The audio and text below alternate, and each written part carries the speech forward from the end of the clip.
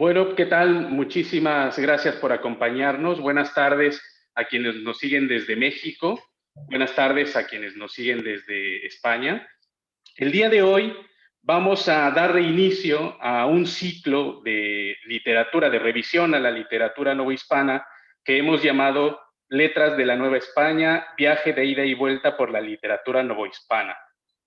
La mesa inaugural, que es la del día de hoy, es una mesa de lujo. Evidentemente, como lo veremos ahora, Casa de México se ha esforzado para que tengamos un ciclo de primerísimo nivel, y el día de hoy no es la excepción, porque nos acompaña José Carlos González Boixo, que es profesor emérito de la Universidad de León y especialista en literatura hispanoamericana. Todos los que frecuentamos a Juan Rulfo sabemos que el profesor José Carlos González es una referencia absoluta en la materia rulfiana, y en México lo leemos con muchísimo entusiasmo y gusto. La conferencia del día de hoy tiene por nombre La lírica en la Nueva España, de Francisco de Terrazas a Sor Juana Inés de la Cruz. La poesía novohispana en términos generales abarca 3 siglos, es muchísimo. El profesor ha hecho un verdadero esfuerzo titánico por sintetizar 300 años de historia y se lo agradecemos enormemente. Estamos completamente seguros de que disfrutaremos esta sesión. Para dar unas palabras en esta mesa inaugural, damos la bienvenida y agradecemos la presencia de nuestra directora, Jimena Caraza, quien compartirá con quienes nos acompañan unas palabras. Bienvenida, señora directora. Muchas gracias, José Carlos. Pues yo antes que nada darles la bienvenida a todos los que nos están viendo, escuchando. Realmente para nosotros tener al profesor González Boixo es un privilegio, se lo decía ahorita que lo saludaba, que, que para la Casa de México es un honor, profesor, tenerlo. Es una guía muy importante para muchos de los mexicanos en el tema que hoy vamos a tratar. Y como bien lo decía José Carlos, pues es un ciclo de conferencias en donde el interés, para los que no lo sepan, tenemos ahorita una exposición maravillosa en la Casa de México en Madrid, en donde estamos hablando de biombos y castas, un poco nuestra historia, nuestra cultura, nuestras mezclas.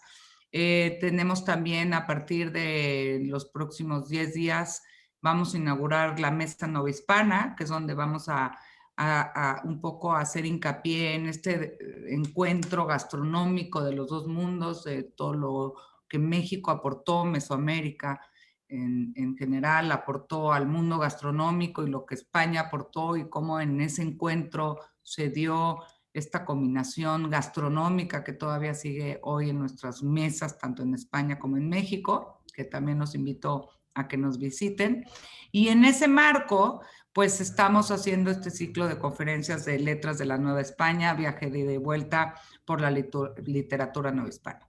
Realmente va a ser una serie de conferencias, yo creo que importantes. Tan es así que hoy estamos de puesta de mantel largo con el profesor José Carlos, que nos va a dar aquí, nos va a guiar un poco en lo que ha sido nuestra historia compartida.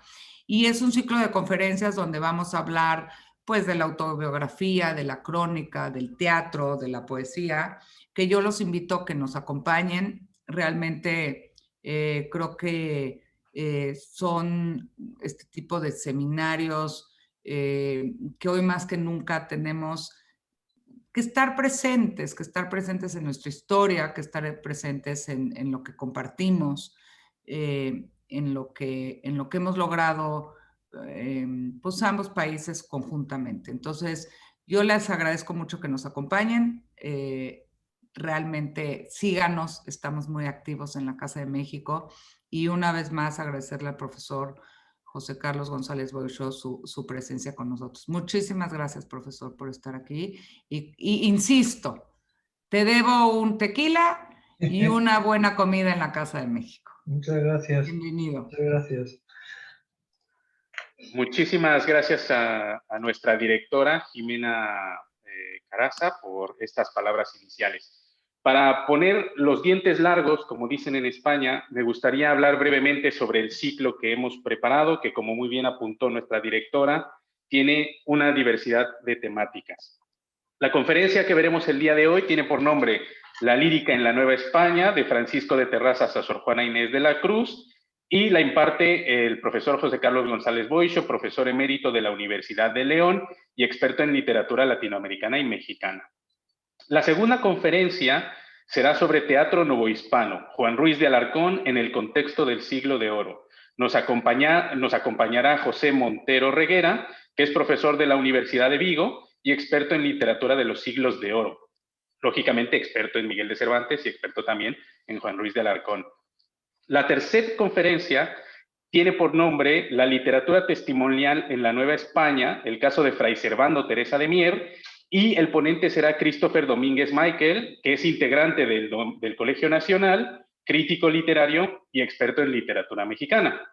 Y para cerrar este ciclo, abordaremos la crónica en la Nueva España, de las cartas de relación de Hernán Cortés a las crónicas de conquista, con Mercedes Serna Arnaiz, que es profesora de la Universidad de Barcelona y experta en literatura colonial hispanoamericana.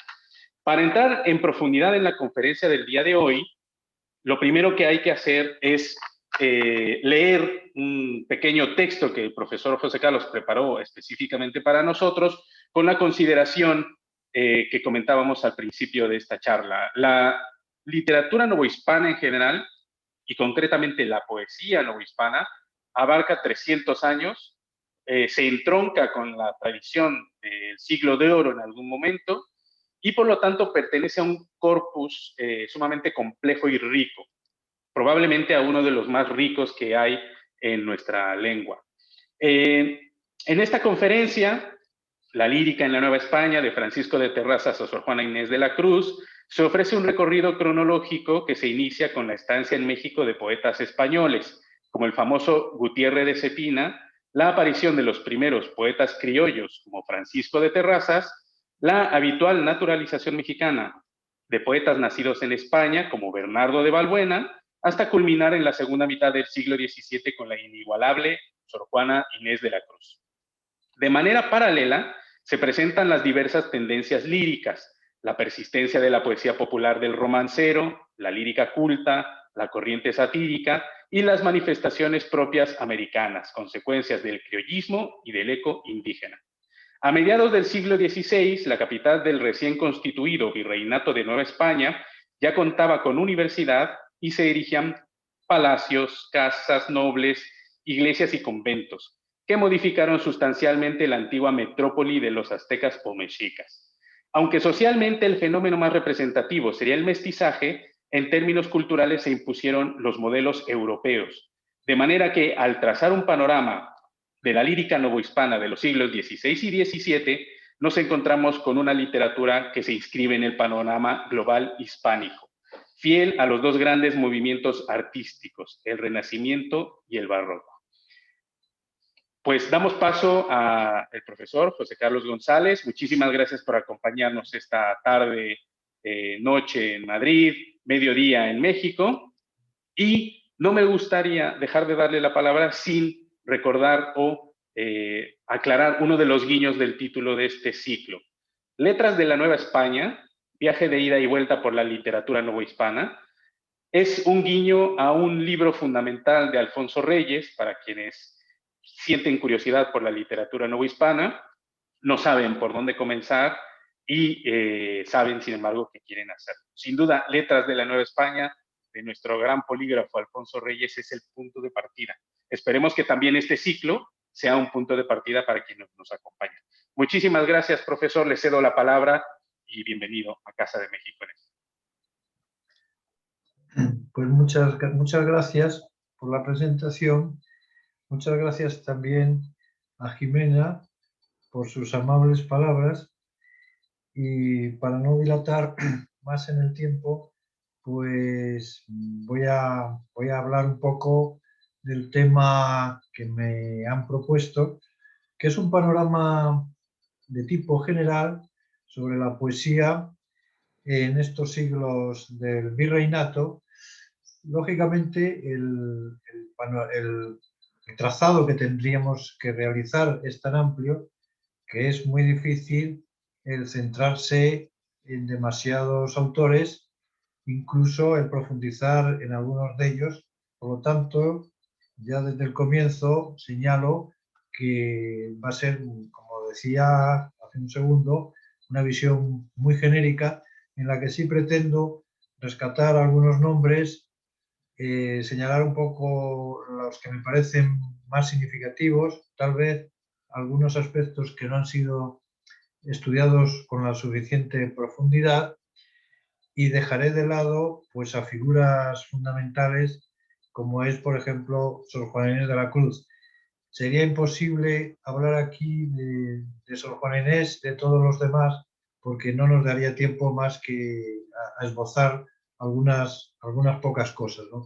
Por lo tanto, entiendan que una figura tan célebre, tan importante como Sor Juana Inés de la Cruz, cuyo nivel literario, el nivel de su lírica es absolutamente equiparable a los más grandes poetas, y sí que son grandes, autores del siglo de oro español, como Quevedo o Lope de Vega o Góngora, pues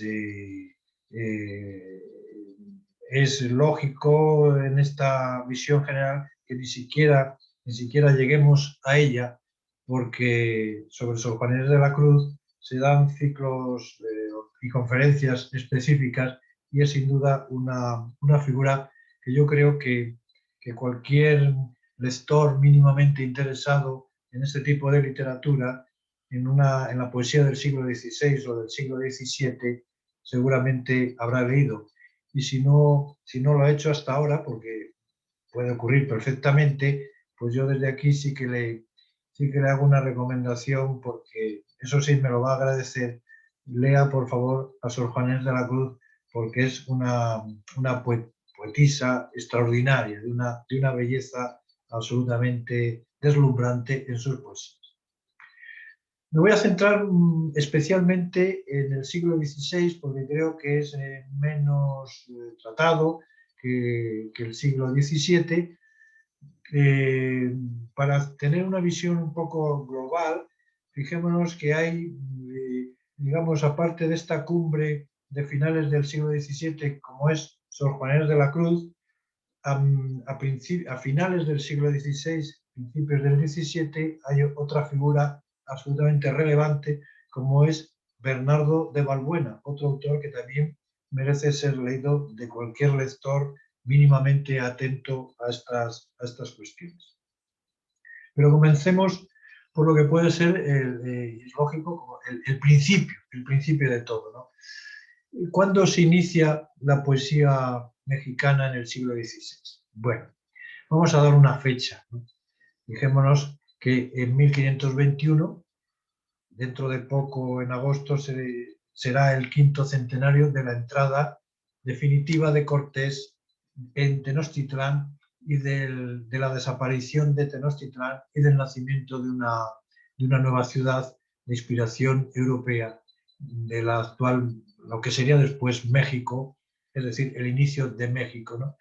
Entonces, esto nos sirve de referencia para tener en cuenta que va a haber un periodo inicial que transcurre entre ese año de 1521 y más o menos la mitad del siglo, en que lógicamente no están los tiempos para la literatura, para el arte y para la poesía, porque simplemente durante esa etapa se está construyendo la ciudad.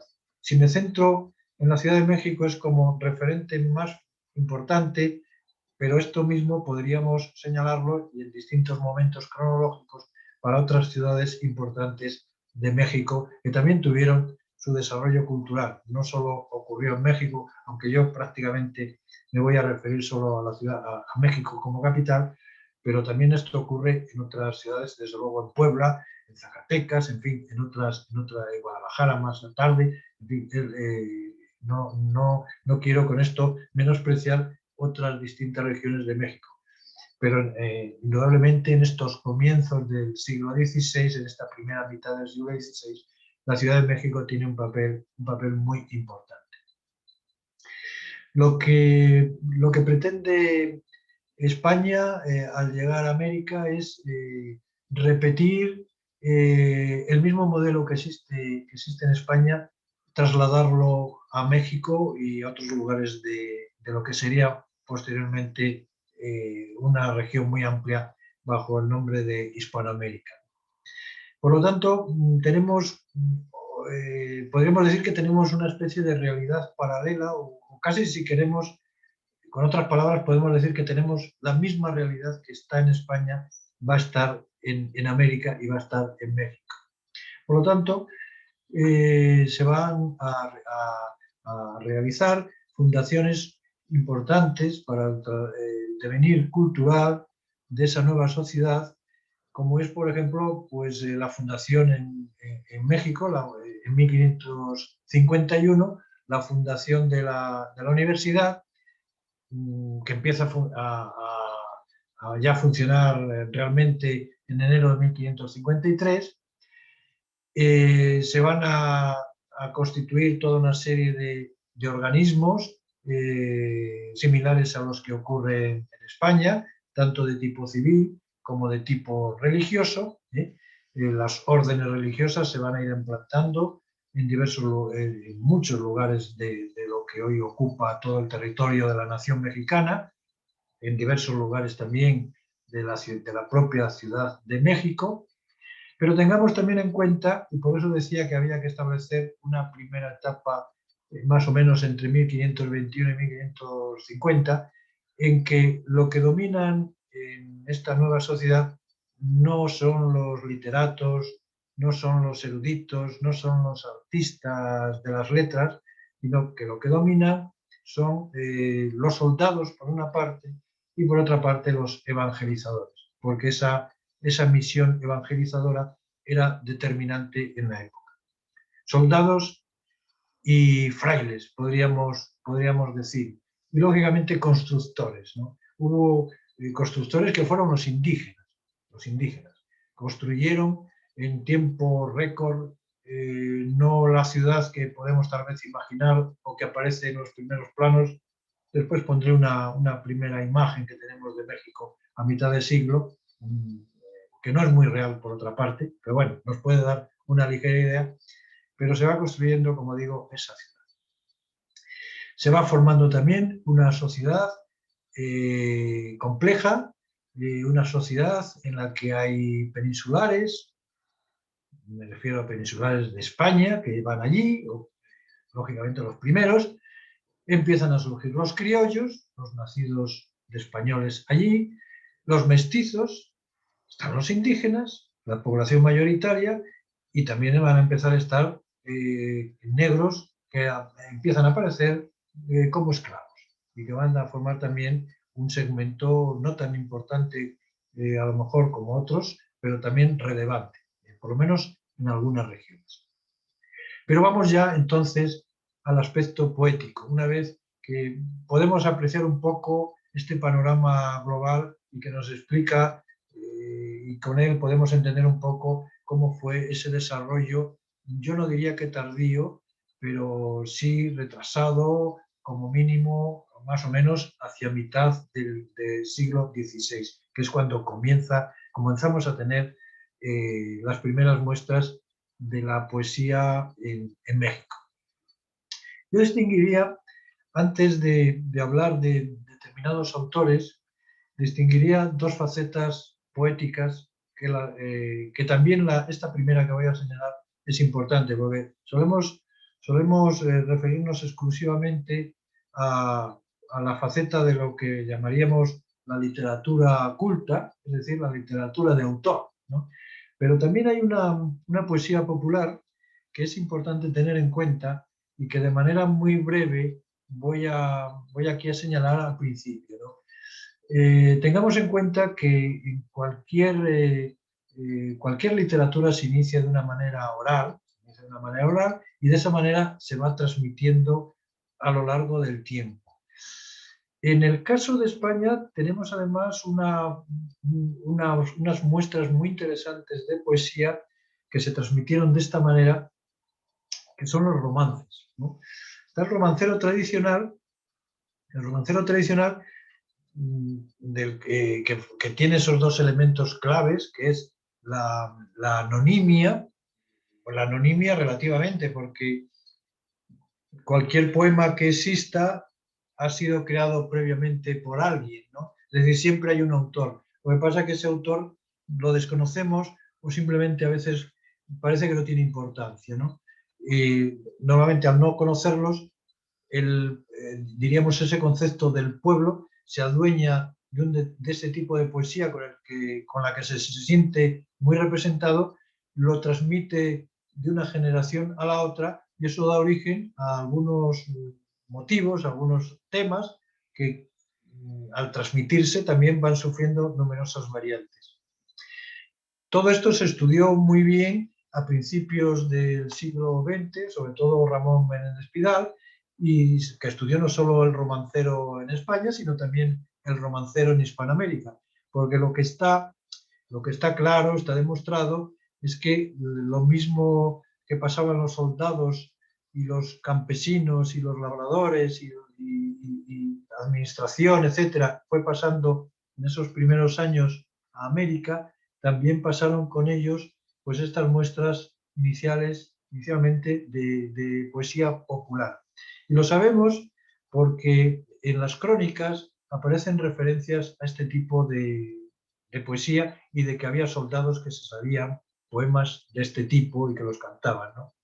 Muchas veces yo creo que se exagera demasiado en esto porque se crea la imagen de que esto era, de que las crónicas están llenas de referentes de este tipo, pero cuando uno lee las crónicas, las referencias son muy escasas, no tienen ninguna importancia, porque esas referencias, aunque sean escasas, un cronista tampoco, es un detalle que no era fácil que él contase esto, ¿no?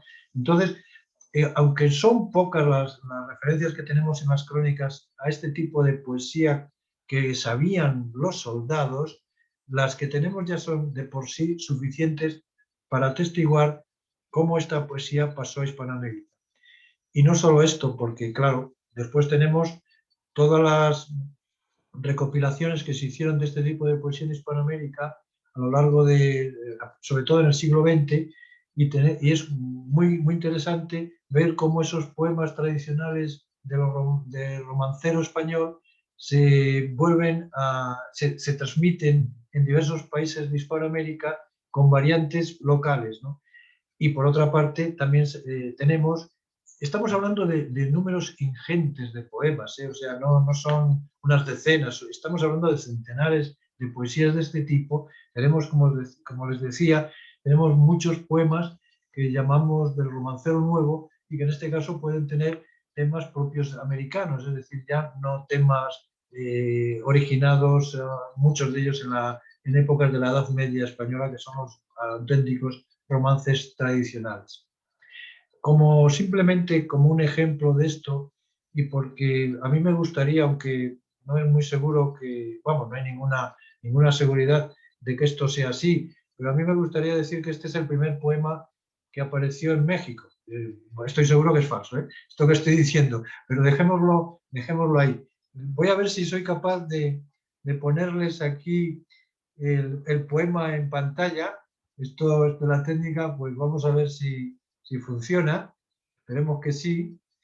Y vamos allá. Vamos a ver si... No sé si lo están viendo.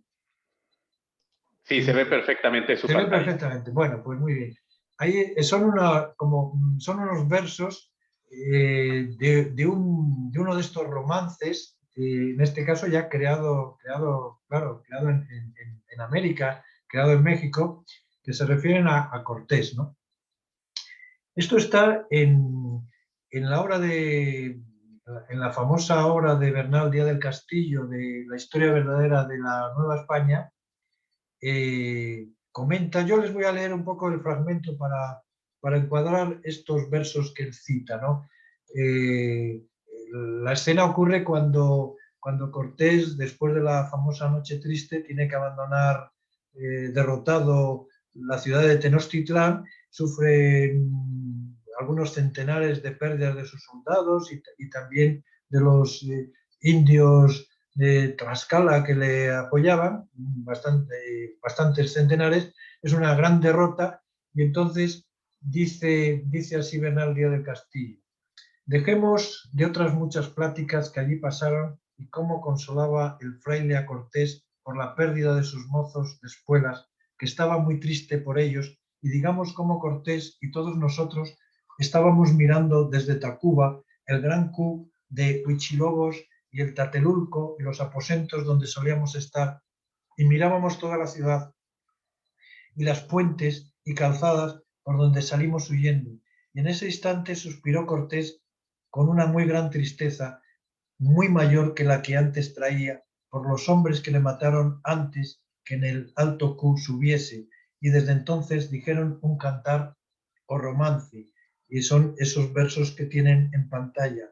En Tacuba está Cortés con su escuadrón, pues, con su escuadrón esforzado, triste estaba, muy penoso, triste y con gran cuidado, una mano en la mejilla y la otra en el costado, etcétera. Etcétera no lo he puesto yo, lo pone el cronista, porque se ve que era un poema muy conocido. Entonces él simplemente recuerda los primeros versos y dice, y etcétera, como seguramente pensará, todo el mundo ya conoce, ¿no? Bueno, nosotros no lo conocemos, o sea que nos quedamos con esos versos, y después ya repite, señala también, la cita es más larga que no la voy a leer, señala también Bernal Díaz del Castillo, pues otro poema de Nerón viendo arder a Roma como ejemplo en este caso de que no sea, de que Cortés, en fin, que después ya conquistarían, que volverían sobre México cuando estuvieran en mejores condiciones, porque en ese momento estaban bastante mal, ¿no? Bueno, sirva este mínimo ejemplo de toda esa enorme literatura que he denominado de literatura de tipo popular, porque fue muy asumida por el pueblo, ¿no? Como en muchas épocas, es una constante que llega hasta nuestros días. Los romances hoy día, este tipo de romances tradicionales o romances que se crearon en un cierto momento, pues supongo que ya están prácticamente en trance de desaparición, porque la nueva civilización, el ambiente urbano es muy poco proclive a aprenderse estas cosas de memoria. Ahora todo el mundo anda con los vídeos, con las series de televisión y todo esto, entonces la gente no tiene tiempo en las familias para enseñar a sus hijos, a sus nietos estos romances, con lo cual esto ya está, yo lo doy por perdido, pero bueno, ahí está. Pero empecemos entonces ahora ya con la poesía culta, es decir, la poesía de autor, ¿no? Es la poesía que nos encontramos en las historias de la literatura, donde hay una relación de autores, donde hay una relación de tendencias, y de todo eso es de lo que a partir de ahora les voy a hablar. Como digo, recuerden siempre que esto es una visión muy general, que no intenta profundizar, sino simplemente señalar algunos autores que son importantes y también las tendencias poéticas que podemos apreciar a lo largo de estos siglos, ¿no? Volvamos una vez más al año, si quieren, a ese año de 1521, a ese momento en que desaparece Tenochtitlán. Ahora nos da un poco de pena a veces, porque en nuestro imaginario podemos imaginar una ciudad azteca maravillosa con sus templos y palacios, en fin. Bueno, hubiera estado bien que se hubiera conservado, no es fácil que estas cosas se conserven, pero de todas maneras también tengamos en cuenta que la mayor parte, quitando los palacios en este caso de Moctezuma, el gran templo mayor, los otros templos menores que había, que los destruyeron todos los españoles, donde está ahora el Zócalo, toda esa zona, la dejaron amplia, pues eran construcciones muy menores, y sobre todo lo que eran las casas habituales de los indígenas eran construcciones de barro, caña, de poca consistencia. Quiero decir que no se podían haber conservado en ninguno de los casos, ¿no? Pero bueno, siempre tenemos esa nostalgia de un pasado tan exótico para un europeo y para los propios mexicanos, ese pasado azteca que, bueno, afortunadamente en México hay uno nada más tiene que ir a muchos sitios, pasearse por ese Zócalo, ahí, el Templo Mayor, y en fin, en tantos sitios que quedan afortunadamente muchas muestras. Pero como les hacía un poco la introducción de mi charla, lo prioritario en aquellos momentos era construir una nueva ciudad de acuerdo a un modelo europeo. De hecho, se hizo lo llamaron la traza, que es exactamente la zona donde ahora está el Zócalo, todas esas calles adyacentes, que tienen una forma muy arquitectónicamente muy moderna, en plan como una especie de rectángulo con sus líneas perpendiculares, horizontales y perpendiculares que van formando retículas. Allí se hizo o se intentó hacer una ciudad, digamos, al estilo de la de España, ¿no? Y se trazaron los planos y se llevó a cabo, ¿no? Se llevó a cabo.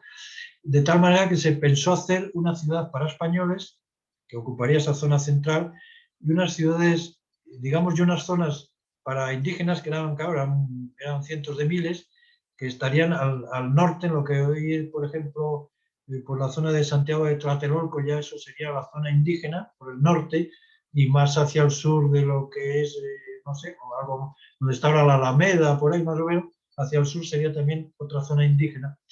No le salió muy bien a España ese intento de separar a los españoles. Digamos que lo hacían con una cierta buena intención, en el sentido de que a los indígenas prácticamente estaban ligados a determinados conventos, es decir, para cuidar de su salud espiritual, esa mezcla consideraban que podía ser negativa para la salud espiritual de los indígenas, ¿no? Una vez convertidos, ¿no? Pero bueno, en algunas de las descripciones, después haré alusión a ellas, que tenemos de la Ciudad de México, pues hay algunas referencias en que hablan un tanto despectivamente de esos habitáculos indígenas que aparecen en las bocacalles, es decir, en lo que en principio iba a ser una ciudad muy cerrada de españoles, pero que en realidad hubo mezcla incluso en esa zona llamada traza, ¿no? Bueno, lo que se impone en términos de poesía desde el principio en México, más o menos, como digo, a mediados del siglo XVI, hacia 1550, es la poesía renacentista. Recordemos, porque me gusta situar las cosas, los hechos, los acontecimientos con determinadas fechas. Si hablábamos de que México empezaba a aparecer como ciudad a partir de 1521, recordemos que en una fecha muy cercana, de 1526, tenía lugar un hecho que tiene un carácter simbólico, ¿no? Que es el encuentro en el Generalife de Granada de un poeta español, Juan Boscán, y un embajador italiano, Andrea Navillero, que era amante de la poesía y que le convence de algo que bueno, Boscán ya conocía, lo mismo que su amigo Garcilaso de la Vega, que era esa poesía de torno italiano que ellos ya habían, en el caso especialmente de Garcilaso, que ellos ya habían conocido en su estancia italiana. Efectivamente, se impone este modelo que llamamos habitualmente de poesía renacentista, o podemos llamar poesía italianista, sobre la poesía habitual que se estaba vigente en España a lo largo de toda la segunda mitad del siglo XV, que era la poesía de los cancioneros. La poesía de los cancioneros era una poesía comparada con esa poesía inicial de Garcilaso de Garcilaso de la Vega, que es una poesía bastante, digamos, que se rige por el principio de la naturalidad, con una cierta sencillez. La poesía cancioneril era un tanto artificiosa. Se cambia ese tono, lo mismo que se cambian los metros, el dodecasílabo como metro de arte mayor, el octosílabo de los cancioneros pasa, en el caso de la poesía renacentista, al soneto como representación clave, ¿no? Bueno, hay tres testimonios a través de los cuales conocemos cómo fueron cómo pudo ser un poco esos primeros años, diríamos que esa primera mitad del año 1550 hasta el final, cómo pudo ser ese tipo de poesía en México, ¿no? Hay un testimonio fundamental que fue una antología que se tituló Flores de Varia Poesía. Es un referente que encontrarán en cualquier estudio sobre la poesía virreinal, sobre la poesía mexicana.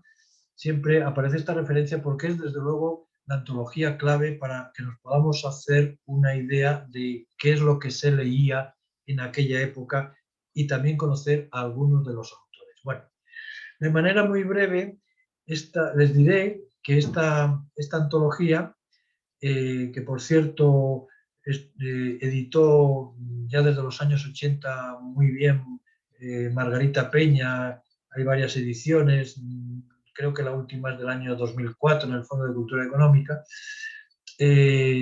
Esta antología tiene aproximadamente, recoge en torno a unos 350 poemas, de ellos unos 240 de autores conocidos y el resto son anónimos, ¿no? Y representa más o menos, son poemas escritos entre 1540 y 1577. De estos centenares de poemas, claro, la mayor parte, la gran mayoría son de autores españoles, porque aunque la antología se publicó en México, pero se ve que era, tal vez como decía Margarita Peña, fruto del ocio de algún lector muy apasionado de la poesía que fue recogiendo estos poemas. Tal vez algunos críticos suponen que fue el propio Gutiérrez de Cetina el autor inicial de esta antología o quien empezó a hacer esta antología. La verdad es que no lo sabemos. Lo señalan porque de él es la mayor parte el número mayor de poemas que aparecen en la antología de un autor son de Cetina, son 82 poemas. Y tal vez Juan de la Cueva, que también aparece en la antología, pudo ser quien trajo a España esta antología, quien la dio a conocer, y de él hay 30 poemas. Por estos números más importantes podrían haber tenido algo que ver estos dos autores de los que ahora mencionaré algo más. Bueno, entre los autores que aparecen aquí y que afectan a las letras mexicanas, desde luego hay dos bastante significativos, que son Francisco de Terrazas y Fernán González de Eslava, sobre todo Francisco de Terrazas. Bueno, el Flores de Varia Poesía, como les digo, es el testimonio fundamental. También tenemos que tener en cuenta otros dos testimonios para ver un poco qué poesía se escribió en aquellos primeros 50 años. Estoy hablando más o menos del recorrido que hay de 1550 hasta 1600. Eugenio de Salazar, que es un autor del que también hablaré a continuación, en un libro que él escribió, Silva de Poesía, da noticia de varios poetas con los que mantenía correspondencia, que no son en este caso mexicanos, pero que son de otros lugares de lo que hoy día es Iberoamérica, y entre ellos, gracias a él, conocemos a una excelente poetisa, la primera poetisa dominicana, Leonor de Obando. En su correspondencia él copió los poemas que le había enviado Leonor de Obando, y gracias a este testimonio sabemos de su poesía, lo cual no está nada mal. Y lo mismo de otros poetas. Y por último, el tercer testimonio importante es el de Baltasar Dorantes de Carranza. Baltasar Dorantes de Carranza era hijo de Andrés Dorantes, y Andrés Dorantes fue uno de esos 4, de los 3 que acompañaron a Cabeza de Vaca en su fabuloso viaje de 9 años, esclavo de los indios, recorriendo todo el sur de Estados Unidos hasta que llegó a la Ciudad de México, ¿no? Pues el hijo de uno de estos, de Andrés Dorantes, fue Baltasar Dorantes de Carranza, que escribió un libro titulado Sumaria Historia de las Cosas de la Nueva España. Es un libro que está escrito muy a principios del siglo XVII, en torno a 1601-1604. Y allí cita también, recoge poemas de Terrazas y de otros autores, y de algunos que no habían citado anteriormente, como Arrázola, en fin, mexicanos. Bien. Vayamos ya al primer poeta, al primer poeta importante que tiene que ver con México, que no es otro que Gutiérrez de Cetina. Gutiérrez de Cetina es un autor de todos conocido, es uno de los autores importantes de la lírica del siglo de oro español, del primer tercio de la primera mitad del siglo XVI. Viajó a México en 2 ocasiones. Una estuvo durante unos 2 años en la década de los años 40. Él tenía allí un tío que tenía intereses comerciales en México. Regresó a España y después volvió en el año 1554, pero a poco tiempo de llegar, tuvo un percance en Puebla de Los Ángeles, que a consecuencia del cual más adelante parece ser, aunque las noticias son un poco inciertas al respecto, no tenemos una documentación excesiva, parece ser que a consecuencia de aquel percance falleció. De hecho, en el año 1557 ya no hay noticias de él y se le da por muerto. Bueno, ese percance lo señalo por una razón, porque la imagen que podemos tener de Cetina es muy similar a la que tenemos de Garcilaso de la Vega. Ambos fueron soldados. Cetina fue soldado en Valencia, estuvo probablemente en Argel, combatiendo a Barbarroja en el norte de África. Estuvo también en Italia, estuvo en Alemania, en otras campañas de Carlos I de España, Carlos V de Alemania, y como poeta es un autor que debe mucho a Ausiàs Marc y sobre todo a Garcilaso de la Vega. En este sentido era como su maestro, ¿no? Pero lo mismo que Garcilaso de la Vega, es un autor muy importante que aprendió pues, las bases de todo este tipo de poesía renacentista, es decir, Ariosto, Bembo, San Nazaro, Petrarca sobre todo. Y cuando fue a Nueva España, pues realmente llevó allí estas modas italianas, y por comentarios que tenemos sabemos que influyó mucho en ese ambiente inicial del desarrollo poético de México. Por eso yo lo señalo aquí, porque además es un poco a veces inútil el deslindar a un poeta si es español, si es mexicano o si es de otro lugar, simplemente porque haya nacido en un lugar, porque haya estado más tiempo o menos tiempo en otro lugar, ¿no? Simplemente con que haya estado en México, que haya influido allí, nos interesa tenerla en cuenta, sin que esto signifique que lo vayamos a incluir como un autor netamente mexicano, porque la verdad que estuvo muy poco tiempo en México, ya que a consecuencia de aquel percance falleció. Bueno, el percance no fue otro que, bueno, es que en realidad parece ser bastante falsa la historia que se cuenta al respecto, ¿no? Se dice que enamorado de una joven, de una mujer en Puebla, de una dama de un cierto nivel aristocrático, pues que fue apuñalado cuando estaba, digamos, por la noche, al pie de la ventana de esta dama. Un rival de la dama pues le apuñaló y a consecuencia de aquello murió. En realidad parece ser, porque hubo digamos, se desarrolló judicialmente el asunto, parece ser que no fue un error. La apuñalada no era contra él, sino contra otro que era el que realmente cortejaba a aquella dama. Él iba de acompañante, hubo un error por parte del agresor y él recibió una puñalada que no le ocasionó en ese momento la muerte, pero sí parece que al cabo de algún tiempo aquello terminó ocasionándole la muerte. Por lo tanto, hay aquí hay algunos elementos que nos lo hacen bastante parecido al caso de Garcilaso, en el sentido del soldado poeta, ¿no? Que es esa imagen muy representativa de lo que era el poeta renacentista de principios del siglo XVI hasta mitad del siglo XVI, ¿no? Recordemos que, por ejemplo, Garcilaso en este caso sí que murió, digamos que heroicamente.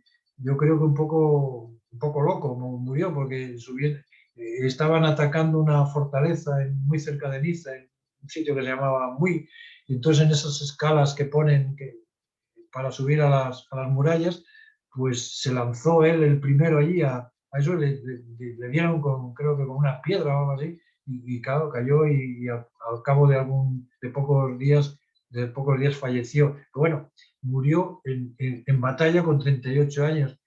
Cetina murió, o sea, por lo menos la tradición lo hacía morir, digamos, en un lance de amor, lo cual también quedaba muy bien para un soldado poeta, aunque no fuese exactamente así, pero también murió con una edad muy temprana, tenía 37 años, por lo tanto, bueno, hay una cierta poetización del poeta, ¿no? De Cetina es un poema muy conocido, por ejemplo, el más conocido, que nos puede dar una idea de cómo es este tipo de poesía, que se lo voy a poner si me sale bien aquí esto. Vamos a ver un momento. Vamos a poner este poema. Este de Ojos Claros. Es un bellísimo poema, ojos claros, serenos, si de un dulce mirar sois alabados, ¿por qué si me miráis airados? Si cuanto más piadosos, más bellos parecéis a aquel que os mira, no me miréis con ira, porque no parezcáis menos hermosos. Hay tormentos rabiosos, ojos claros, serenos, ya que si me miráis, miradme al menos. Bueno, es un poema característico de este tipo de poesía en el que la amada aparece como, como alguien que desdeña al amante y que le hace sufrir. Lo he leído porque veremos ahora enseguida algunos otros poemas que siguen estas tendencias ya dentro de autores, digamos, de la literatura, que consideramos de la literatura mexicana. Aunque no tengo tiempo de mencionarlo, simplemente señalar el nombre de Fernán González de Eslava, un agustino que escribió poesía, se conservan de él bastantes poemas de tipo religioso, unos sobre 150. Se sabe que escribió más de 150 poemas religiosos, aunque es un autor sobre todo conocido por sus obras dramáticas, ¿no? Autor de origen español, llegó a México en 1558 y allí ya estuvo toda su vida, donde se desarrolló una gran actividad literaria, más bien centrada en el teatro, pero no podemos olvidar esta parte de una poesía que normalmente no tenemos hoy día muy en consideración, pero que habría que tenerla, que es la poesía de tipo religioso, ¿no? Le cito especialmente porque en uno de sus coloquios, el coloquio 16, describe la Ciudad de México como un lugar donde la poesía tenía ya un gran desarrollo.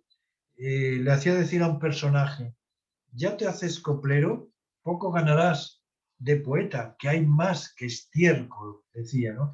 Alude Valbuena también en el año 1585, ya veremos ahora un poco a Valbuena, que los concursos eran habituales, que él ganó uno en el que participaron 300 concursantes. Por lo tanto, esto nos da una idea bastante exacta de hasta qué punto llegó a desarrollarse un tipo de poesía muy ligado a la actividad social, que también mencionaré ahora enseguida.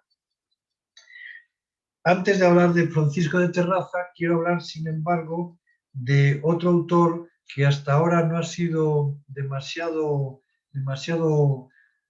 señalado y que, sin embargo, yo le doy una relevancia fundamental.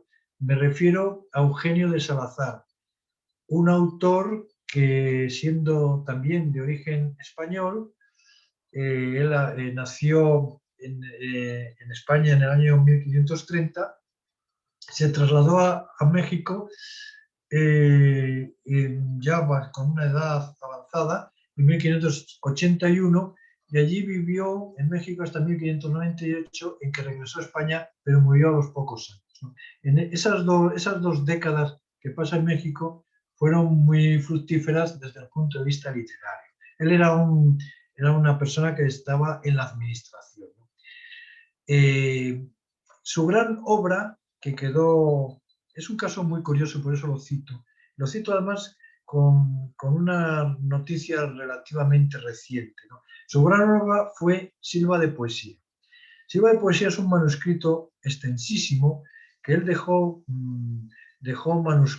que dejó escrito con muchísimo cuidado, como una obra para la posteridad, y que encargó en las páginas iniciales, le señala a sus hijos que, como herederos, los hijos, la verdad es que murieron bastante pronto, les encarga que, si consideran después de su muerte que esto es digno de ser publicado, y él desde luego pensaba que sí, les indica toda una serie de cómo lo deben publicar, ¿no?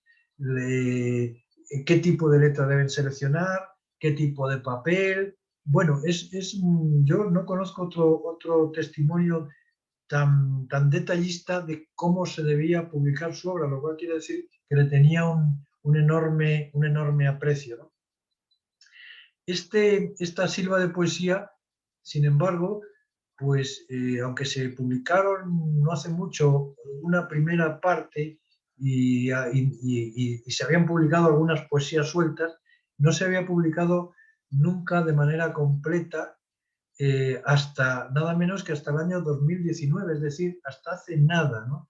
En ese año 2019, un profesor muy relevante de la Universidad a distancia de Madrid, Jaime Martínez, publicó esta Silva de Poesía para que se hagan una idea de qué estamos hablando. Estamos hablando de un volumen de más de 1000 páginas, que si exceptuamos pues unas 200 páginas de introducción, otras 100 y pico páginas que son de unos apéndices, el resto es poesía. Por lo tanto, aquí tenemos miles y miles de versos que prácticamente no han sido tenidos en cuenta. Y por lo tanto, yo creo que es muy interesante tener en cuenta este aspecto, tener en cuenta dentro del panorama poético del siglo XVI a Eugenio de Salazar, porque es sin duda uno de los poetas más importantes y que creo que debe empezar a estudiarse. No digo que no esté estudiado en parte, pero debe estudiarse con mucha más profundidad de lo que se ha hecho hasta ahora. Él siguió los cauces de la poesía renacentista, aunque con una innovación curiosa, porque quiso introducir un elemento, diríamos, realista. Él en la parte de la poesía, digamos, más bucólica que dedica, el volumen es muy amplio, tiene poesía religiosa, tiene poesía de circunstancia y tiene poesía bucólica, que creo que es la más interesante. Él, en esa poesía bucólica, se imagina a dos pastores, uno es Eugonio, y otro es Carilia, y que son representación de él mismo y de su esposa Catalina, que así se llamaba, y entonces le dedica todo ese tipo de poesía bucólica a ella, ¿no? Lo que pasa es que, claro, al entrar en términos realistas, resultaba muy difícil el mantener ese tipo de poesía que vimos, que hemos visto de la poesía de Cetina, tratándose de su esposa, ¿no? Porque eso resultaba extraño, ¿no? Bueno, ya digo que resulta muy curioso estas variantes que él introduce en descripciones que son un tanto realistas y que hoy día nos podrían llamar la atención. Yo tengo aquí unos versos que no me da tiempo a ponerles, pero en una de las 14 o 15 descripciones que hace de su amada esposa, en una de ellas le dice, por ejemplo, dice, púsele por remate muy galano una hermosa barba y tan graciosa, se refiere a Dios, que la naturaleza le hizo así de bella a su esposo. Le dice, púsole por remate muy galano una hermosa barba y tan graciosa. Tengamos en cuenta que aquí no se refiere a una barba como nosotros entenderíamos, sino simplemente al mentón, ¿no? Que claro muestra tan perfecta cosa ser obra prima de divina mano. Pero este otro verso ya es más complejo. Dice, sentó un lunar con 7 hilos de oro, de quien está mi corazón pendiente y más de 100.000 almas ahorcadas, ¿no? Por mucha belleza que le queramos echar a un lunar con 7 cabellos, 7 pelos, por mucho que sean de oro, resulta un poco sorprendente. Claro, yo aquí le estoy haciendo una enorme faena a Eugenio de Salazar porque estoy un poco satirizando un tipo de poesía y él tiene también otro tipo de poesía. Bueno, normalmente es un tipo de poesía más o menos con mayor o menor acierto, pero los mismos cauces de la que hemos señalado al hablar, por ejemplo, de esa poesía petrarquista tipo Cetina. Pero pasemos, no nos queda seguramente ya apenas tiempo, pero pasemos a Francisco de Terrazas, que es el primer poeta criollo que conocemos ya nacido como criollo, nacido en México, ¿no? Debió ser muy famoso y la pena es que tenemos poquísima obra de él, son unos pocos poemas los que se han conservado. En el año 1574, el arzobispo de México, Pedro Moya de Contreras, le mencionaba como un gran poeta. Cervantes le menciona también en su canto a Calíope y dice así, dice, Francisco el Uno de Terrazas tiene el nombre acá y allá tan conocido, cuya vena caudal, nueva Hipoclene, ha dado al patrio venturoso nido, dice en mención a Terrazas, ¿no? La mayoría, ya digo, la mayoría de las obras de Terrazas se consideran perdidas, pero las que conservamos de él, algunas de ellas son de una belleza tan extraordinaria que no es extraño que realmente le consideremos como un poeta a tener muy en cuenta.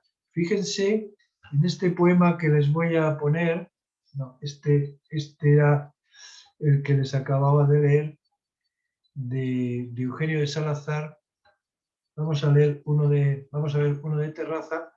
Este bellísimo poema de Terraza que dice, dejad las hebras de oro ensortijado que el ánima me tiene enlazada y volved a la nieve no pisada, lo blanco de esas rosas matizado, dejad las perlas y el coral preciado de que esa boca está tan adornada y al cielo de quien sois tan envidiada, volved los soles que le habéis robado. La gracia y discreción que muestra ha sido del gran saber del celestial maestro, volvédselo a la angélica natura.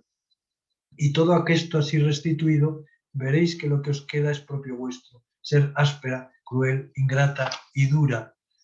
Tema, como pueden apreciar, que sigue con esa imagen de la amada esquiva y con un tema como es este del cabello especialmente, aunque hace una descripción de toda ella, de su cara, etc. Bueno, podríamos citar a otros autores, que simplemente les digo el nombre porque necesitaríamos más tiempo para entrar en ellos, como es Pedro de Trejo, que es interesante.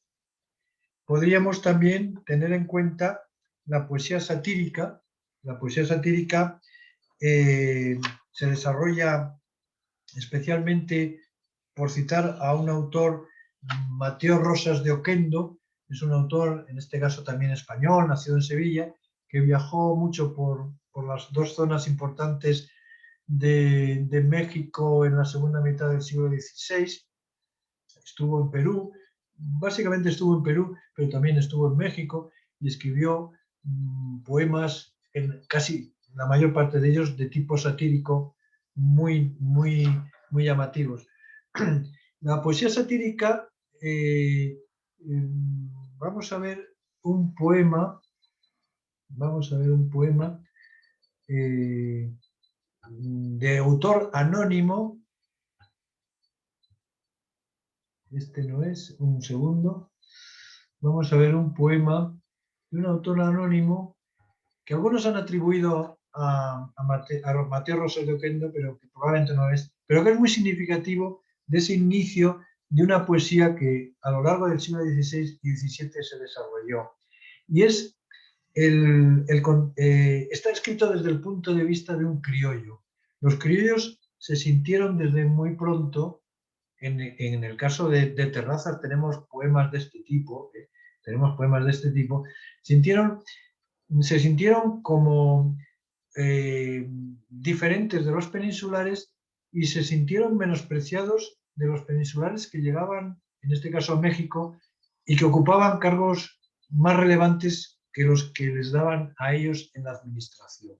Entonces, desde el principio surgió esta, digamos, primera identidad del mexicano, que no es que sea una identidad nacionalista, como algunos han querido ver, porque se sienten tan españoles como los que vienen de España, pero es una, digamos, identidad de clase, ¿no? de que se sienten menospreciados y peor tratados por la corona que los peninsulares. Este poema es muy significativo, sea quien sea su autor, de esta situación.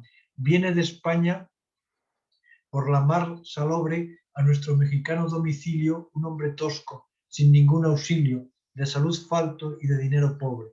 Y luego que caudal y ánimo cobre, le aplican en su bárbaro concilio otros como él, de César y Virgilio, le dan coronas de laurel y pobre. Y el otro, que agujetas y alfileres vendía por las calles, ya es un conde en calidad y en calidad un fúcar, y abomina después del lugar donde adquirió estimación, gusto, haberes y tiraba de la jávega en Sanlúcar. Bueno, nos sirve esto para ver un poco estos inicios de la poesía en el siglo XVI. Tenemos que tener en cuenta, sin embargo, algunos elementos generales de por dónde iban a ir la mayor parte de la poesía incluso en el siglo XVI, pero especialmente ya en el siglo XVII. Me refiero a algo que de alguna manera ya señalé en un momento dado, a un tipo de poesía que llamamos de circunstancias, pero que es igualmente, que es valiosa, ¿no?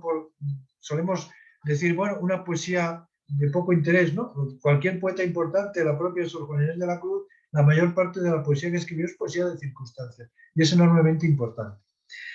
Quiero decir que hubo una serie de manifestaciones culturales que van desde los certámenes literarios, las justas poéticas, las celebraciones de efemérides, tertulias en la corte virreinal, los concursos, los arcos de triunfo y los funerales.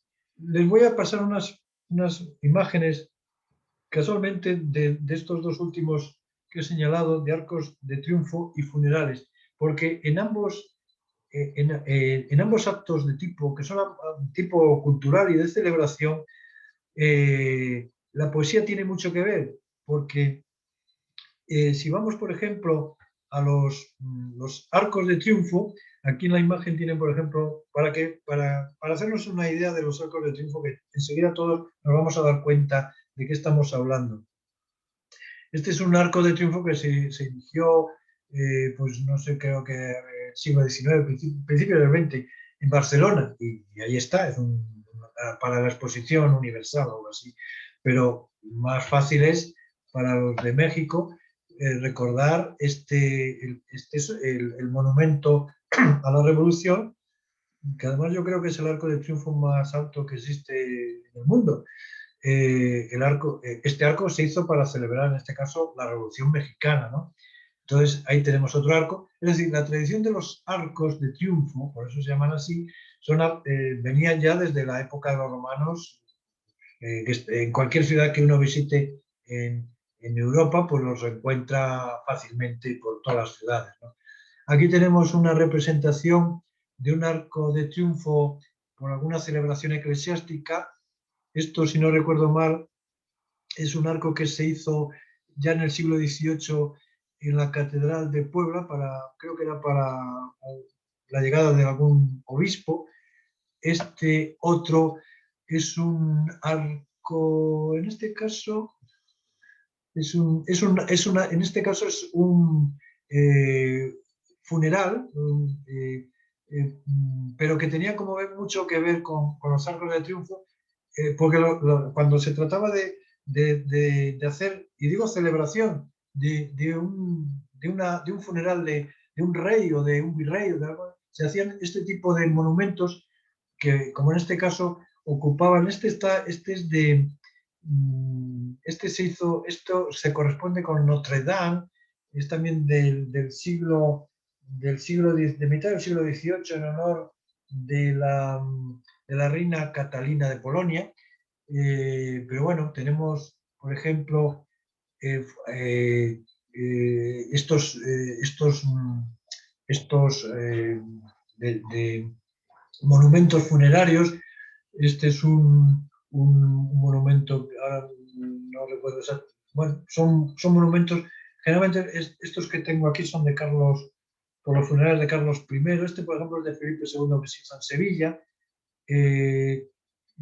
Y se hacían libros, por ejemplo, en esta página de uno de estos libros que se recordaba estos actos funerales, pues ahí viene de hermosos pimpollos deja, donde se conserve y viva el que hoy muere, el que hoy la muerte derriba. Es decir, que tanto en los arcos de triunfo como en estos monumentos funerarios, la poesía tenía mucho que ver en el sentido de que se incorporaban poemas a los paneles que acompañaban y que formaban parte de estas construcciones que son efímeras, que se llaman de arte efímero. Por lo tanto, todo esto forma una parte sustancial de esa poesía de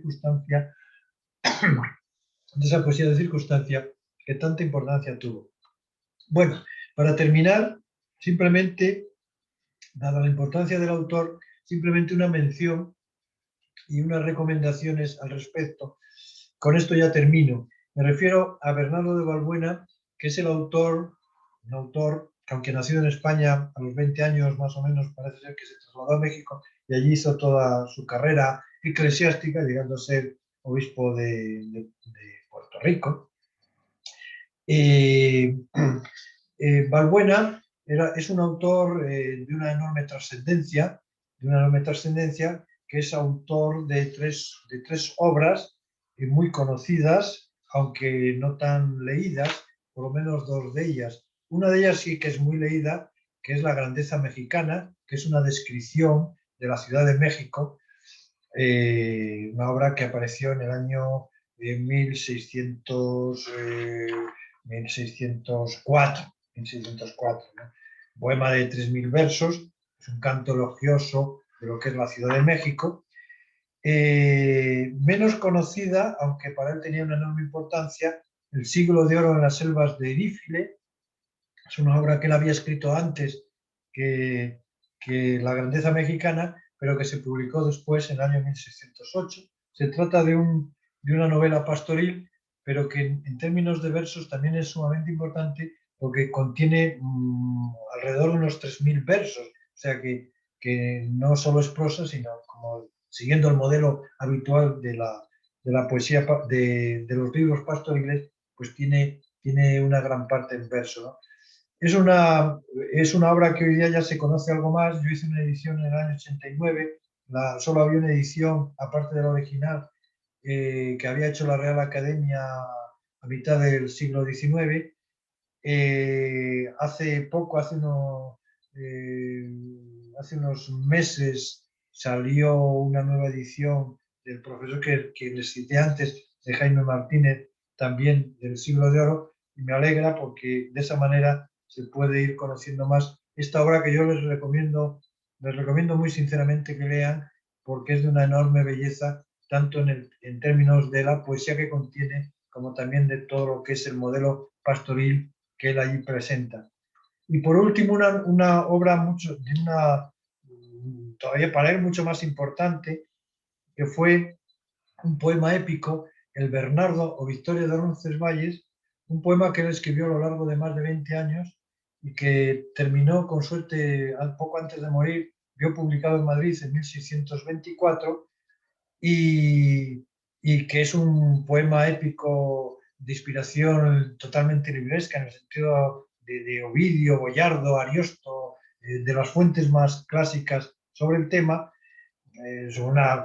sobre la historia de Roncesvalles, o sea que fíjense ustedes, se va a la Edad Media, 40.000 versos, como quien dice, de nada, más de 40.000 versos, y que, bueno, es un tipo de poesía, ahí hay versos realmente magníficos, yo diría que todo ello es magnífico, pero que es difícil para el lector actual meterse en estas obras tan enormes que no nos cuentan nada concreto, sino que es una delectación constante de tipo poético, ¿no?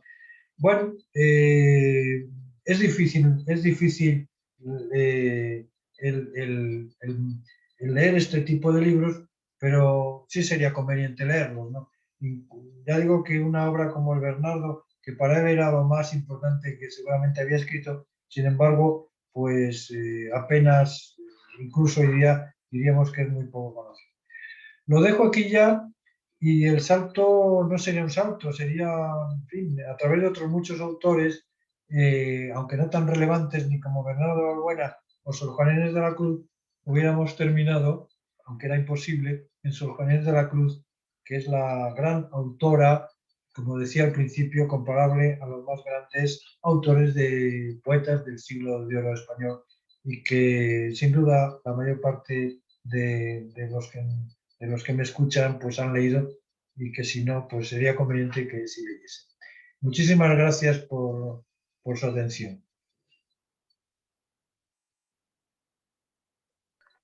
Muchísimas gracias, profesor José Carlos, por compartir con nosotros este fascinante recorrido muy resumido, lo comentábamos al principio, muy condensado de algo que abarca 3 siglos. Muchísimas gracias, insisto, por habernos acompañado esta tarde. Me gustaría pasar a la parte de preguntas y respuestas. Si alguien tiene alguna pregunta, por favor, compártala con nosotros a través del chat. Voy adelantando la pregunta que nos hace uno de los asistentes. En el momento en el que usted estaba hablando de la poesía popular y su transmisión, ella nos preguntaba cómo es que esa poesía llegaba a los oídos de la gente, cómo se transmitía, cómo estas personas se familiarizaban con la poesía popular. Es la pregunta que nos hace uno de los asistentes.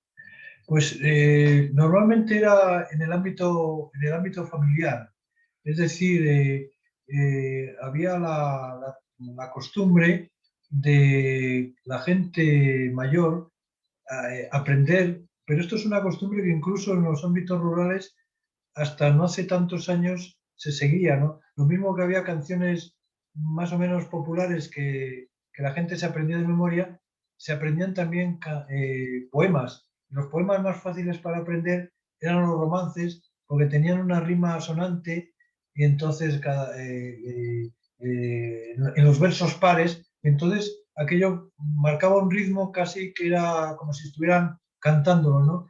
Entonces estas historias se aprendían en el ámbito familiar y se recitaban en reuniones, estamos hablando siempre de un ámbito rural.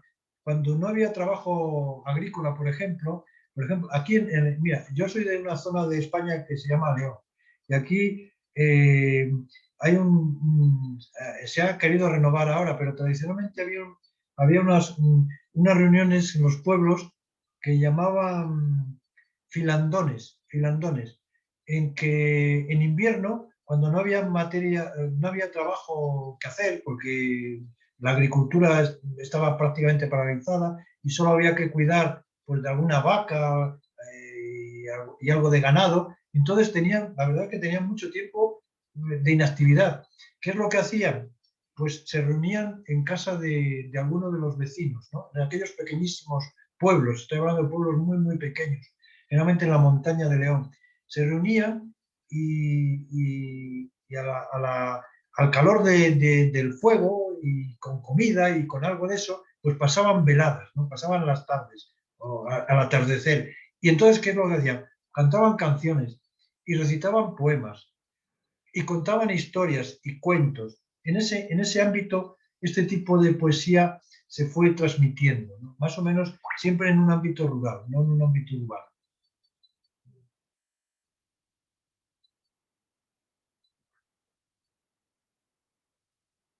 No, Otra de las asistentes, perdón, otra de las asistentes nos hace una pregunta relacionada con la poesía satírica. Nos pregunta exactamente, ¿cuáles son las fuentes de la poesía satírica escrita en la Nueva España? ¿Dónde se publicaban? Bueno, no solo la poesía satírica, sino la poesía también culta, lo que era algo verdaderamente raro era publicar un libro. La poesía se publicaba siempre en antologías. Esas flores de varias poesías son antologías, lo que hoy día conocemos como antologías. Era muy raro que un escritor publicase un libro de poesía. Por ejemplo, Góngora nunca publicó un libro. Fíjense si es importante Góngora. En su vida nunca publicó un libro. Lo que sí hubo la suerte de que dejó preparado, un amigo suyo le recopiló las poesías y él mismo corrigió, estamos seguros de que corrigió esas poesías y entonces después de su muerte sí apareció ese libro, ¿sí? Pero en vida no lo publicó. Entonces, un caso, por ejemplo, extraordinario es el de Sor Juana Inés de la Cruz, que llegó a ser tan famosa. Es un caso verdaderamente extraordinario y en absoluto frecuente, porque no solo publicó uno, sino que, bueno, publicó dos, que se hicieron más de una edición y inmediatamente después de su muerte, en 1700, apareció un tercer libro que recopilaba la parte poética y de otros escritos que no habían aparecido en los dos anteriores, es decir, en el primero que se llamó La inundación castálida y en el segundo que se llamó simplemente Poesías, ¿no? Libros gruesos además y publicados, en este caso, los tres en Madrid. Entonces, lo normal es que las poesías, ¿cómo se transmitían? Se transmitían en hojas sueltas. A veces se imprimían hojas sueltas. Eran como panfletos. Entonces, de esa manera, esa transmisión o en copias manuscritas. Por eso se han perdido casi todas. Porque, claro, ese tipo de transmisión es muy difícil encontrarlas. Y con el paso del tiempo se pierde. Pero se hacían centenares de copias. Lo cual quiere decir que aunque no se publicase un libro, podían llegar a ser muy conocidos. En el caso concreto de la poesía satírica, el origen está en la propia realidad. Yo cité muy de pasada el tema de los criollos.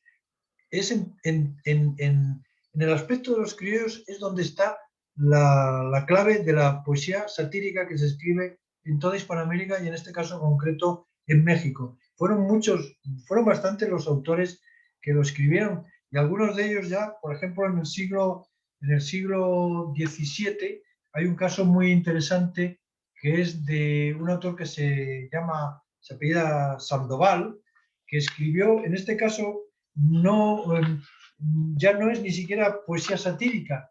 Luis de Sandoval y Zapata escribió hacia mitad del siglo XVII un poema que tituló algo así como Relación, a ver si me acuerdo del título, Relación fúnebre de la infeliz y trágica muerte de dos caballeros, que se refería a un suceso que había ocurrido casualmente un siglo antes, que eran los hermanos Ávila.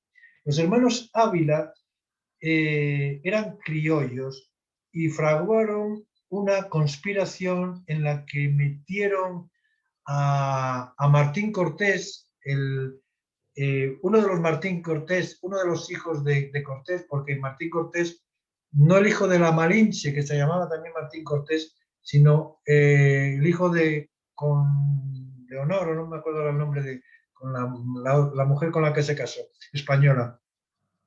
Que había heredado el título de la casa de Cortés, ¿no? De la nobleza de Cortés, pues parece ser que no tuvo mucho que ver con el asunto, pero estos hermanos Ávila conspiraron, no diríamos contra la corona ni mucho menos, pero sí contra las autoridades mexicanas por el asunto de las encomiendas. Esa fue una queja muy habitual de los criollos, es decir, como les habían quitado, como a la tercera generación les quitaron las encomiendas y no les dejaban tener indios, que estaban en una situación similar casi a la esclavitud, aunque no lo era, pero bueno, un tanto similar, entonces hubo muchas quejas. Entonces estos hermanos Ávila, fue descubierta esta conspiración contra las autoridades mexicanas y terminaron cortándoles la cabeza, les degollaron, ¿no? Cuando Luis de Sandoval, un siglo después, sacan un poema, en este caso no jocoso, sino de tono serio, esta historia lo que está haciendo es una crítica muy directa a las autoridades coloniales, porque está señalando un caso que había ocurrido un siglo antes y diciendo que eso había estado muy mal, que era una muerte injusta. Bueno, en ese sentido, de los criollos que se quejan, yo les leía y les ponía en pantalla uno de estos poemas, pero son bastante numerosos, en que la queja siempre es la misma y surge de la propia realidad. Es decir, el criollo se siente quejoso de cómo le tratan desde la península y por lo tanto, pues de ahí surge ese tipo de poesía. Vamos a lanzar la última pregunta. Es una pregunta muy interesante. Hay algunas otras preguntas que ya no dará tiempo a responder, lo lamentamos mucho, pero quien tenga curiosidad por saber más, evidentemente tendrá que hacer caso de las recomendaciones que nos ha hecho el profesor esta tarde. La última pregunta es la siguiente, y es una pregunta interesante. Nos hacen la siguiente. ¿De alguna forma llegó el gusto por el latín a la Nueva España o se escribió únicamente en castellano o español? Si dijésemos desde un punto de vista cuantitativo, diríamos que lo que más se escribió fue latín. Lo que más se escribió fue latín, porque era la lengua, pero también ocurría en España, ¿no? Vamos a ver. En esto, como señalabas, es interesante el tema, aunque no tenga, sé que vamos mal de tiempo y no lo puedo desarrollar, ¿no? Pero sí es interesante porque se producen varias situaciones, ¿no? Se produce la de los frailes que por su cultura erudita, lo normal es que ellos escriben en latín. Se produce también la situación de los frailes que quieren evangelizar a los indígenas y llegan a escribir en lenguas indígenas, o sea, en náhuatl, etcétera, adaptándolo al alfabeto castellano, puesto que no tenían escritura, ¿no? Entonces se produce ese otro fenómeno y se produce, por supuesto, para una mayor difusión las obras en español, ¿no? Las obras literarias, lógicamente, la mayor parte de ellas son en español. Este tipo de poesía que estamos hablando son en español. Pero escribir lo que son libros, la mayor parte de los libros que se publican incluso en México, las imprentas de México, son libros de carácter religioso, son la gran mayoría, estamos hablando pues, a lo mejor de un 90 y tantos %, que son libros de adoctrinamiento religiosos y como estaban dedicados a los propios frailes y a los propios sacerdotes y ellos sabían latín, no necesitaban que se lo pusieran en otro idioma, se lo ponían en latín. Pero ya digo que hay muchas mezclas, ¿no? Un caso interesante es, por ejemplo, solamente voy a citar 2 casos ya, que me gustaría hablar de este tema, pero sería casi una charla, ¿no? El caso de, por ejemplo, Fray Bernardino de Sahagún escribió una obra que es inconmensurablemente valiosa, muy conocida, difícil de leer, porque es amplísima, etcétera, muy compleja. ¿Cómo lo escribió? Dado que la pregunta iba por ahí, solamente me refiero a cómo la escribió. Pues en alguna de sus versiones, la versión que él dio como ya más o menos definitiva, la escribió en varias columnas, en 3 columnas. En una estaba en náhuatl, en otra estaba en latín y en otra estaba en castellano. O sea, porque cada idioma tenía sus peculiaridades y de esa manera a él le resultaba, aunque él conocía muy bien el náhuatl, pero había cosas que no podía traducir y entonces lo dejó en náhuatl porque de esa manera era como él podía ver lo que le decían los informes de los sabios indígenas, lo tenía ahí de verdad, pero necesitaba ponerlo en latín y en castellano para mayor conocimiento. A él le hubiera servido el náhuatl. De hecho, en el caso de Fray Bernardino de Sahagún, que escribió numerosísimas obras, la gran mayoría de las obras que escribió las escribió en náhuatl. No las escribió ni en latín ni en castellano. Y otras muchas las escribió en latín y en castellano bastante pocas, pero sobre todo las escribió en náhuatl. El segundo caso que les quería citar. Francisco Cervantes de Salazar es un autor del que no hablé porque como tenía que seleccionar algo, pues no me daba tiempo, ¿no? Pero aprovecho ahora la ocasión. Francisco Cervantes de Salazar es uno de los primeros autores que podríamos tener, no tanto como poeta que escribe en castellano, pero casualmente, respondiendo a esa pregunta, como autor latinista que incluso escribe, sí escribe poemas en latín, ¿no? Francisco Cervantes de Salazar, que llegó a ser rector de la recién creada Universidad de México, estamos hablando, él se traslada a México desde España en 1550 y allí ya vivió hasta su muerte en 1575, ¿no? Entonces, escribió, por ejemplo, una descripción, que es la primera descripción amplia que tenemos de la Ciudad de México, que traducida, porque la escribió en latín, traducida al castellano era México en 1554, 3 diálogos latinos. La traducción son 3 personajes que van recorriendo la Ciudad de México. Es un antecedente muy claro de lo que después, no solo, bueno, Bernardo de Balbuena hizo en La Grandeza Mexicana, que también es una descripción de la ciudad, ¿no? Y bueno, él escribió también poemas latinos, por ejemplo, es conocida una obra suya que es ¿cómo se llama? El túmulo imperial. Hablando de esto de las honras fúnebres que citaba, pues el túmulo imperial en honor de la Gran Ciudad de México, que me parece que se publicó en 1560 para honrar a Carlos V, que había fallecido 2 años antes, ¿no? Entonces ahí consignó, es una descripción de cómo se hizo el túmulo y qué cosas hubo allí, y entonces él allí consignó varias composiciones en latín, algunas suyas y otras de otros autores, ¿no? Por lo tanto, el latín es fundamental, es fundamental. Lo que pasa es que a nosotros, desde el punto de vista de trazar la historia de la literatura castellana o en español, pues lógicamente no es un referente en el que nos fijamos, pero es un referente desde el punto de vista cultural que sí que tenemos que tener muy en cuenta. En la nota biográfica que compartió con nosotros el profesor, comenta que está a punto de publicar una monografía sobre los elementos fantásticos en los cronistas de Indias.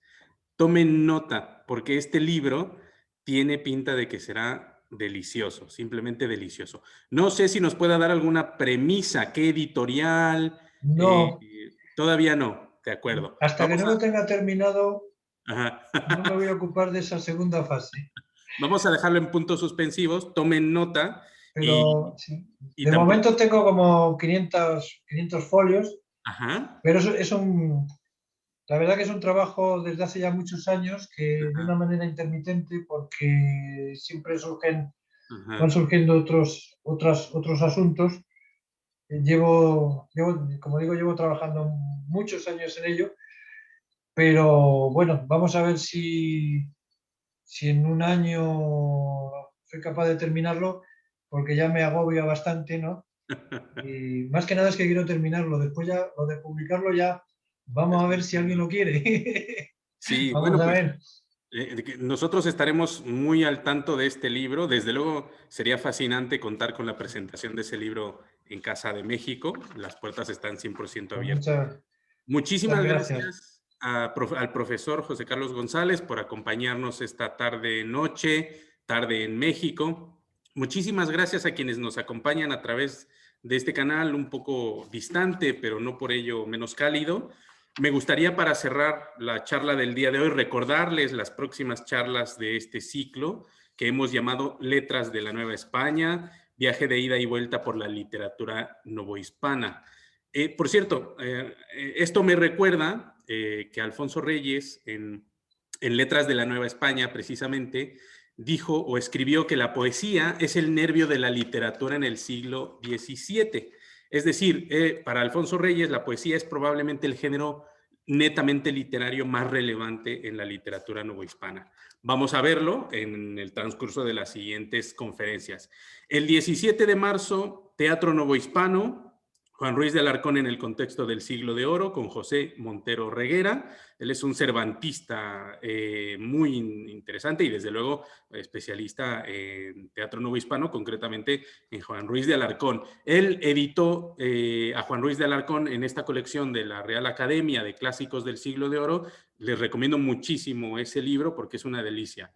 El 21 de abril, la literatura testimonial en la Nueva España, el caso de Fray Servando Teresa de Mier, con Christopher Domínguez Michael, quien, esta es una primicia que espero no se incomode en que la haga pública, y es que vamos a ver en 2021 la publicación de la segunda edición de la biografía que escribió precisamente sobre Fray Servando Teresa de Mier, y en Casa de México vamos a tener la primicia de esa revisión que ha hecho a la primera edición. Y el 19 de mayo vamos a tener la crónica en la Nueva España de las cartas de relación de Hernán Cortés a las crónicas de conquista con Mercedes Serna Arnaiz de la Universidad de Barcelona. Ojalá nos acompañen todos ustedes, tal y como lo hicieron el día de hoy. Muchísimas gracias. Muy buenas noches, profesor. Muy buenas tardes a quienes nos acompañan desde México y desde luego buenas noches a quienes nos acompañan en España. Que tengan todos una bonita tarde. Hasta luego. Muchas gracias.